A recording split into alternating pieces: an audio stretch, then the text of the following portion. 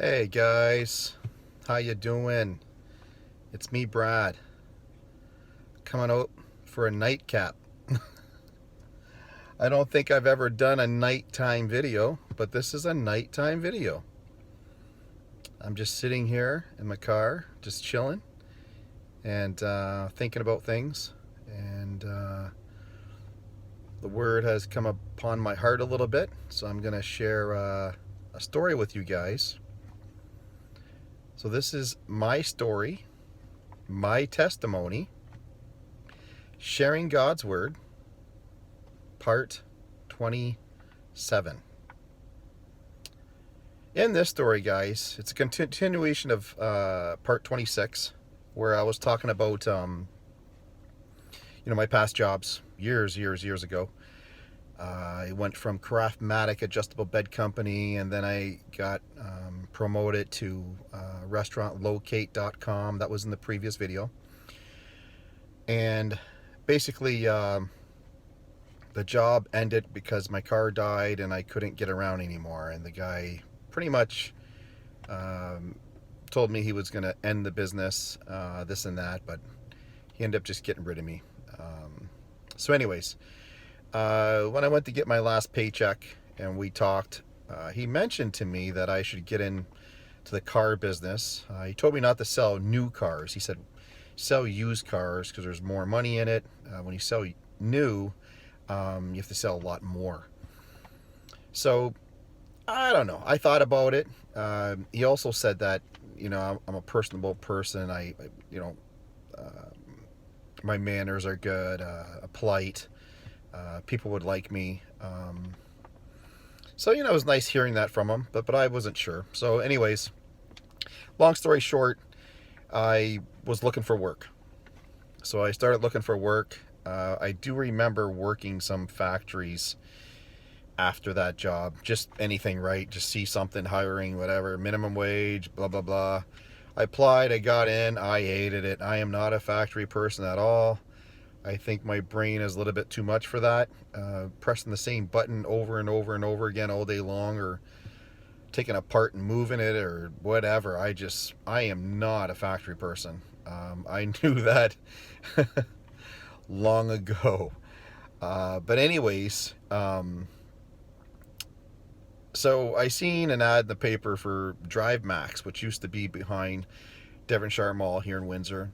It's no longer there now, but that's where it was at. And it was a beautiful looking lot off of the expressway. It just looked absolutely gorgeous.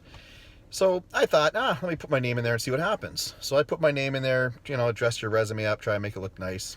Got an interview, got called. So I went in, got hired. I was like, wow, this is crazy. I never did sales before, so not talking to people sales, like, you know what I mean? Like face-to-face sales. I've never done that, so this was a little bit different. Um, I couldn't sell a popsicle in front of my yard if it was, for the life of me. I couldn't do that. There's just no way. It's just not my kind of thing. So, if I had popsicles out in front of my house, I'd probably have them inside a cooler and have a little sign, take one, please pay, 50 cents per popsicle. I don't know, something like that. I just was kind of shy that way, I guess. But anyways, I thought I'd try it with this dealership, and I went to the dealership, and there was a guy there at the time named Larry Snively. Really nice guy. He was my manager. And, he had to dress up, dress shirt, dress pants, and I got there, and he was showing me the ropes. And there was a little kiosk area, and we had to stand at the kiosk area and just go through a book. And this little book was like just a few pages, but you had to do this with the customer. And you turn the page, and this is how we do business, and turn the next page, and and you talk about everything step by step, right? So I did that with him, and he showed me how to do it. And I thought, this is pretty simple. And then there was a big F-150 in the showroom. Can't remember the year and stuff like that, but a huge F-150. This is the closest I've ever been to a vehicle like that. I mean, my first vehicle, and I got my driver's license at 26 years old. So I was a late bloomer, okay? So I wasn't really too familiar with cars and all that. I rode my bike all my life, doing everything. So being in the showroom now beside this truck that was massive was just unbelievable. It just looked like the most beautiful thing I've ever seen. Larry told me when I talk to a customer, just tell the customer what you see.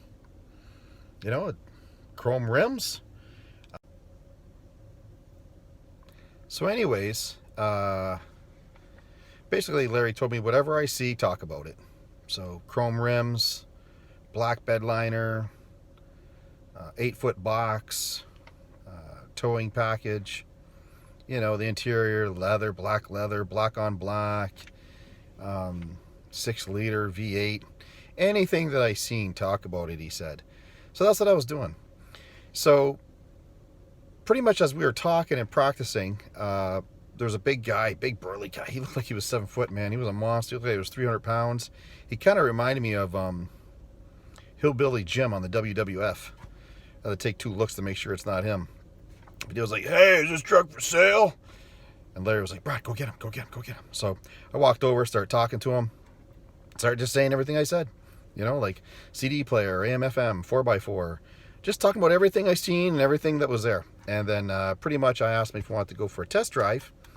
And he did. Then when he came back, what you ask the customer is, are you looking to buy the truck or are you looking for financing? And they usually tell you. And he was looking for financing. I said, well, let me take you into our finance office and you can speak to one of our representatives there and he can help you with financing. And that's what I did. And then maybe, I don't know, half hour, 20 minutes later, he come walking out. He said, "I'll see you, Brad, tomorrow," or whatever it was. And then the guy that was in the office, Paul Koloff was his name, if I remember correctly. He came out and he shook my hand. He said, "Congratulations, you just made $750. And my eyes were like, "What?" He said, "Yeah, you just made $750. You make $300 for a car." And then I sold him a pretty decent warranty and you made another $350. So you pretty much made, or no, I think he said $450. Yeah, $450, because that would make $750. And I was like, what? Are you kidding me? I just spent maybe 15 minutes total talking to this guy, and I just made $750 on a sale. I was sold. I mean, I was so excited. That was pretty much my rent right there, $750. That was my rent. So I paid my rent with one check, with one car, and I still got the rest of the week. And God gave me a talent that I didn't know I had. And let me tell you, I jumped on that talent like you guys wouldn't even believe. When you come from only making $500 a month, barely paying anything, lights out this month, lights on next month, telling your landlord, "Oh, I don't have the money, I'll have it next week." And you know what I mean? Just, oh my gosh, struggle, hard, to all of a sudden I had my rent in one sale. That was crazy. So I was with that dealership for about a year, and the Lord blessed me like crazy. I never had so much money go through my fingertips and my hands. Was I rich, like a millionaire? No. But for me, for that kind of money, yeah, I was rich. I've never lived like that before. I've never been blessed like that before. So this God thing for me was really working, and I was sticking to it, and I was doing everything I was supposed to do. Following 10 commandments, doing my 5 alive, you know, pray, read the Bible, go to church, pay my tithes, and be obedient. And everything I do, be righteous. I was following the word to a T, and I was being blessed for it. So I kept going with it. But let me tell you guys, when you decide to sin and cross the line and do something you're not supposed to do, man, let me tell you, my spirit felt like it broke inside. It was like I felt this, I couldn't tell you what it was. And it wasn't until after I learned by growing and going through these experiences that I was able to identify this and recognize this and listen to godly men speak, pastors at the church or on TV. And what that was that I was feeling was conviction. And as I read the word even said, when you sin, you break your spirit. Well, I had no idea what this was. But when I chose to sin, and I'm not going to talk about what my sins were, I was breaking my spirit. And as fast as I got my blessings were taken away and my life was turned upside down very quickly. It was like a tornado. And all I can remember is that, you know, when these things would happen, I didn't really quite get it. You know, you live in a good life, you got lots of money, you're doing things, buying things, getting things, yada, yada, yada, everything's fantastic, right?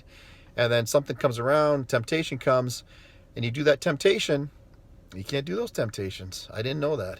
But when I did those temptations, my life was flipped upside down, just like you wouldn't even believe, and the blessings were taken right away from me. So I learned very quickly that if you're going to serve God, you're going to live for God, then you have to do it 100% the best that you can. And let me tell you, when you sin and you do what's wrong, you feel the conviction. Your spirit knows what you did is wrong, and you weren't supposed to do what was wrong. So you got to get on your knees, ask God for forgiveness, and try your best never to do it again. The devil's always there trying to tempt us to do things.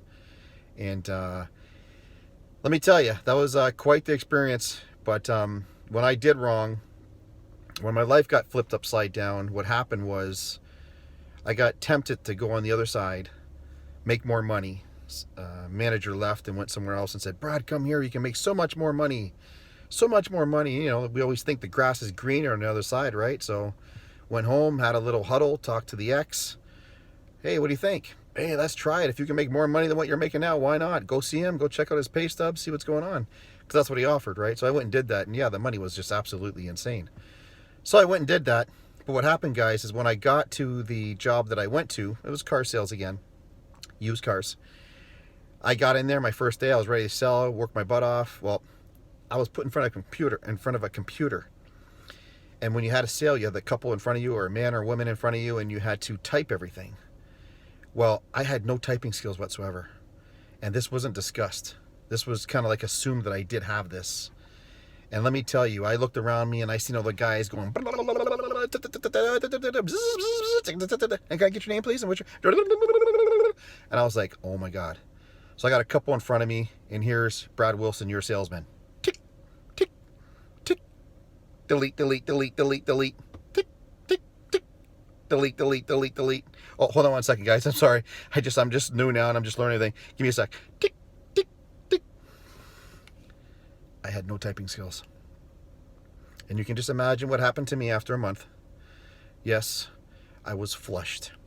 Flushed down the toilet like a brick. And my blessings were all gone. And yes, I believe my blessings were gone because I was living a sinner's life and jumping over the fence when I shouldn't have been. And God was teaching me a lesson. But I didn't know that at first. I didn't know that at all. Until I read the Bible more, until I heard pastors preach more, and then I knew what I was doing to myself. So I'm going to leave this story out here. My story, my testimony. This is where it ended. Yes, I got laid off again.